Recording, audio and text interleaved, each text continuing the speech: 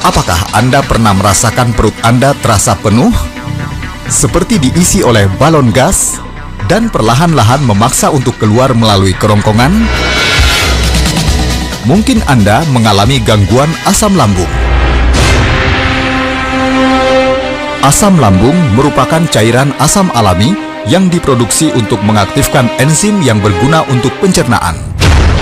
Namun, pola makan dan gaya hidup yang tidak sehat, seperti makan yang terburu-buru, tidur setelah makan, hingga kebiasaan merokok dan alkohol, dapat meningkatkan produksi asam lambung yang berlebihan. Kenali gejalanya berikut ini.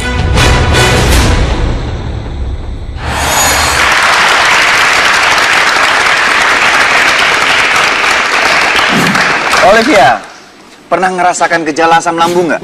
Cukup sering ya. Biasanya yang dirasakan berupa apa? Muntah, mual, atau nyeri di tempat tertentu? Sampai muntah sih enggak, tapi lebih merasa kayak gasnya naik sampai ke atas dan Kerongkongan itu ya. rada perih. Biasanya yang dilakukan oleh Olivia selain obat ya?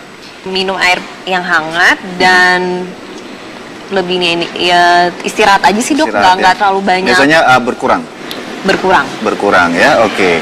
Nah, pemirsa, ternyata ada beberapa situasi yang menyebabkan masyarakat kita agak sedikit sulit membedakan antara gejala asam lambung dengan sakit emah. Nah itu dia, saya juga nggak tahu dok. Walaupun istilahnya nama asam lambung itu identik, masyarakat kita menyebutkan emah. Mirip.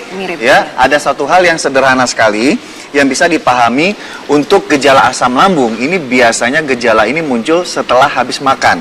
Oke. Tadi seperti Olive tadi, setelah habis makan itu di dalam perut terasa seperti ada balon gas Penuh. yang ya. perlahan-lahan naik ya melalui kerongkongan. Itu gejala asam lambung. Kalau sakit mah dia definisinya lebih banyak lagi. Oke. Bicara masalah asam lambung ini sebenarnya tetap dibutuhkan dalam kadar yang seimbang ya untuk membantu proses pencernaan.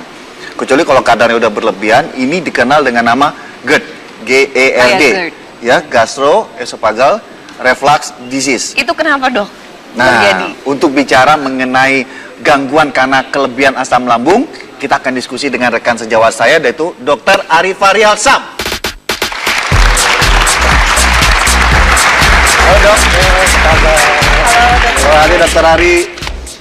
Dok, tadi keluhan Olivia habis makan itu merasakan seperti ada balon gas di dalam perut lalu naik.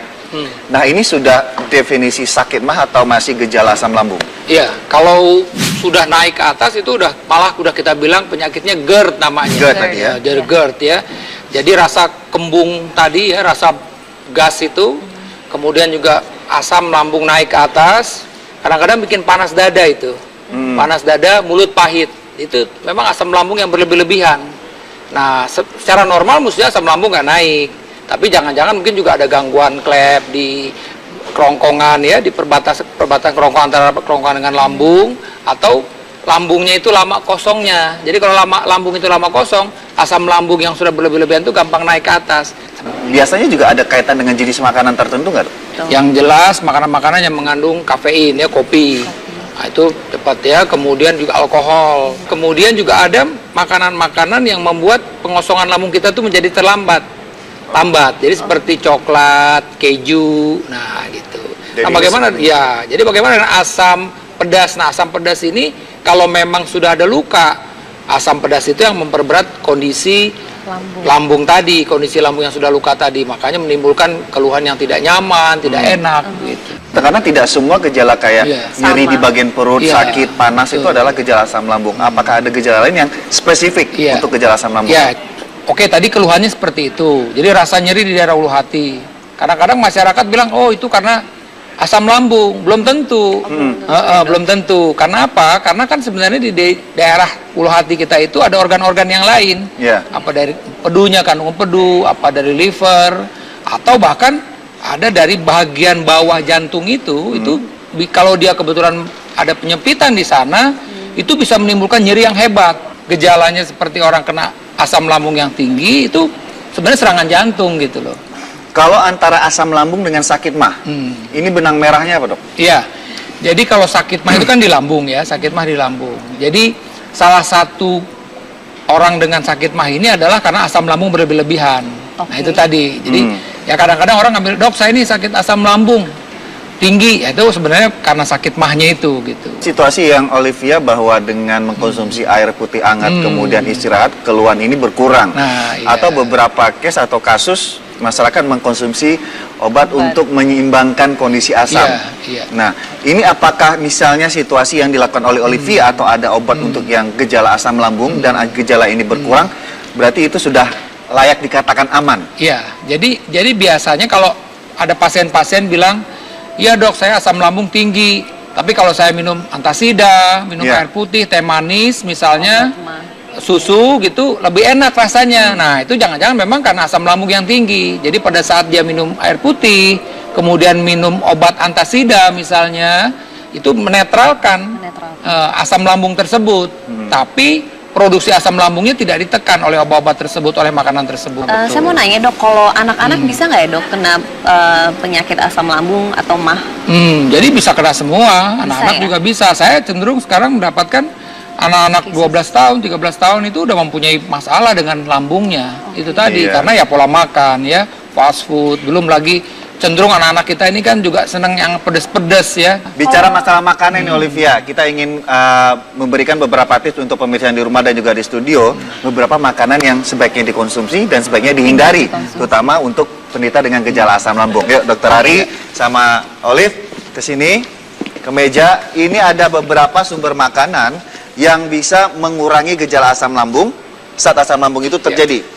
Ini adalah yang pertama adalah susu ya dok ya? Susu, tapi ini susunya mesti yang susu yang low fat. Low fat, iya. Jangan susu yang full cream, karena kalau susu full cream kan lemaknya tinggi.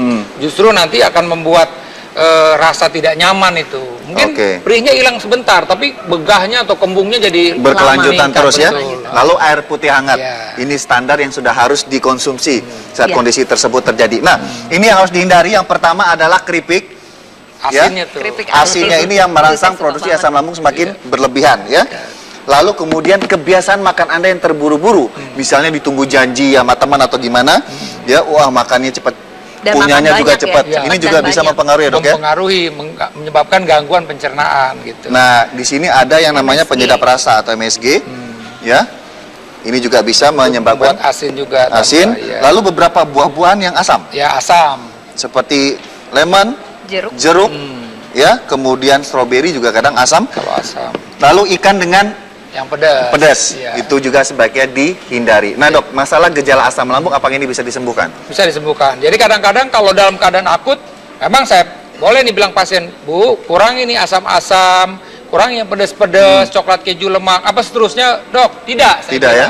Kita obatin asam lambung ibu, kalau sudah baik, bisa ini dikonsumsi lagi, tapi tentu tidak boleh berlebihan. Jadi prinsipnya boleh. Gaya hidup tadi, gaya hidup kita, ya kan asam lambung tinggi ini juga selain faktor makanan tadi, mungkin juga minuman, juga faktor stres. Betul dok. Belum tentu semua asam lambung itu karena telat makan. Iya, pengendalian diri itu yang penting. Nah masalah kesembuhan tentunya selain Anda bisa lakukan terapi pencegahan seperti yang sudah kami sampaikan tadi, ya. Jika keluhan ini berlanjut terus-menerus, sebaiknya segera periksakan ke dokter karena ada ancaman yang beresiko termasuk kanker lambung itu tadi. Nah, terima kasih Dr. Arif Faryasam. Terima kasih. Terima kasih dok. Terima kasih dokter. Setelah ini ada satu yang jarang sekali, udah lama sekali saya tidak membawakan di Dr. Ros Indonesia, yaitu masalah mitos atau fakta. Jangan kemana-mana, tetap di Dr. Ros Indonesia.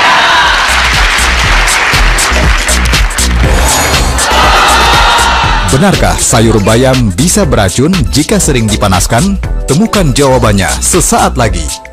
Kenapa? Dengan proses pemanasan ini biasanya kandungan vitamin dan mineralnya mulai